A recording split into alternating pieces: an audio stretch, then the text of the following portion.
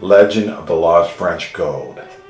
It was around the year 1755 or 1758, the period of the French and Indian War, when the French occupied Port Duquesne, which is now Pittsburgh, Pennsylvania. The French were anticipating an attack from the English.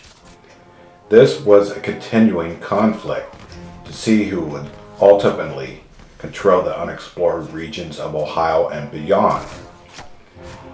Before the United States existed, George Washington was a young man, a lieutenant among a company of 2,000 British troops. The Indian scout reported to the French that a British attack was coming. The French quickly loaded up 1 ton of gold into 10 pack horses and sent them west into Ohio along the Great Trail. The French soldiers headed to Bolivar, Ohio, where there was a blockhouse for shelter and provisions. This location later became the location of Fort Lawrence.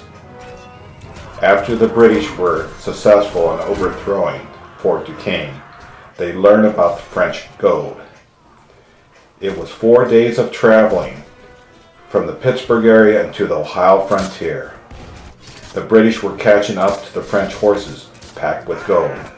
The French soldiers had orders to bury the gold to avoid it getting into British hands.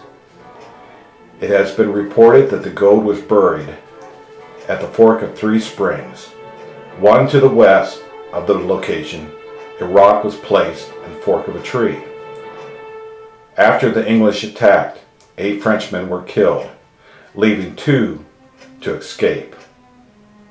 Years later, in 1829, during the construction of the Ohio Canal, a nephew of one of the surviving Frenchmen found his uncle's diary with clues about where the lost treasure.